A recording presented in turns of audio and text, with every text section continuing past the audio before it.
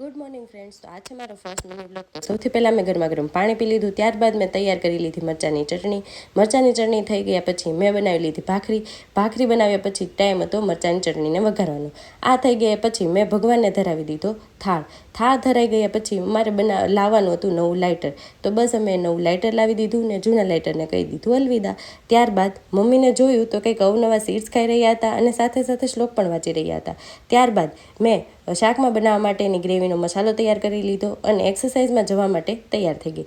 પણ બહાર જોયું તો એટલો વરસાદ આવતો હતો કે મને લાગતું નહોતું કે હું એક્સરસાઇઝમાં જઈ શકીશ. ત્યારબાદ મેં ઘરે આવીને બનાવી લીધી રોટલી બનાવ્યા પછી મેં રૂમમાં જઈને જોયું કે બા ને જીશા શું કરે છે. તે બા વાંચી રહ્યા હતા અને જીશા સ્વિચ બોર્ડમાં રમત કરી રહી હતી. ત્યારબાદ જીશાની અવનવી રમતો જોઈને એવું લાગતું નહોતું કે થોડી વાર તેની જ પાસે ઊભા રહી જઈએ. ત્યારબાદ હું થોડી વાર ફ્રી હતી તો હું જીશાને લઈ અને બહાર હિંચકવા બેસી ગઈ. ત્યારબાદ